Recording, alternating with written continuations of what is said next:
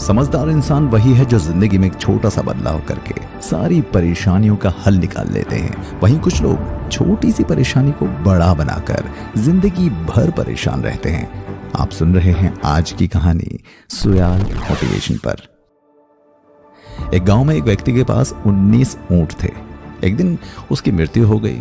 मृत्यु के बाद जब वसीयत पढ़ी गई जिसमें लिखा था कि मेरे 19 ऊंटों में से आधे मेरे बेटे को, 19 ऊंटों में से 1/4 मेरी बेटी को और 19 ऊंटों में से 5वां हिस्सा मेरे नौकर को दे दिया जाए।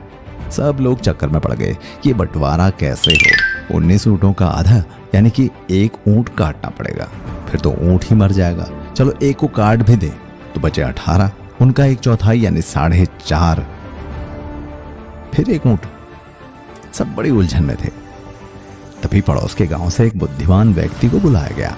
वो व्यक्ति ऊंट पर चढ़कर आया, समस्या सुनी, थोड़ा दिमाग लगाया और फिर बोला, इन 19 ऊंटों में मेरा भी एक ऊंट मिलाकर बांट दो। सबने सोचा कि एक तो मरने वाला ही पागल था जो ऐसी वसीयत लिख के चला गया, अब ये दूसरा पागल आया है जो बोलता है कि उनमें मेरा भी एक ऊंट मिलाकर बांट दो। फिर भी सबने सोचा कि चलो बात मान लेने में क्या हर्ज है। 19 में 1 जमा किया तो 20 हो गए। 20 का आधा 10 बेटे को दे दिए गए। 20 का 1/4 5 बेटी को दे दिए गए और 20 का 5वां हिस्सा यानी 4 उन नौकर को दे दिए गए। अब 10 जमा 5 जमा 4 हुए 19। बच गया एक ऊंट जो बुद्धिमान व्यक्ति का था। वो उसे लेकर अपने गांव को लौट गया और इस तरह से एक ऊंट मिलाने से बाकी 19 ऊंटों का बंटवारा सुख, शांति और संतोष आनंद के साथ हो गया। सो हम सबके जीवन में भी 19 ऊंट होते हैं। कैसे? देखिए, 5 ज्ञानेंद्रियां, आंख, नाक, जीभ, कान और त्वचा। 5 कर्मेंद्रियां, हाथ, पैर, जीभ, मूत्र द्वार और मल द्वार। 5 प्राण, प्राण, अपान, समान, व्यान और उदान।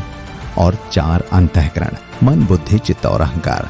कुल 19 ऊंट होते हैं। सारा जीवन मनुष्य इन्हीं 19 ऊंटों के बंटवारे में उलझा रहता है और जब तक उसके मित्र रूपी ऊंट उसमें नहीं मिलाया जाता, यानी दोस्तों का साथ नहीं होता, सगे संबंधियों के साथ जीवन नहीं जिया जाता, तब तक सुख, शांति, संतोष, आनंद की प्राप्ति नहीं हो सकती।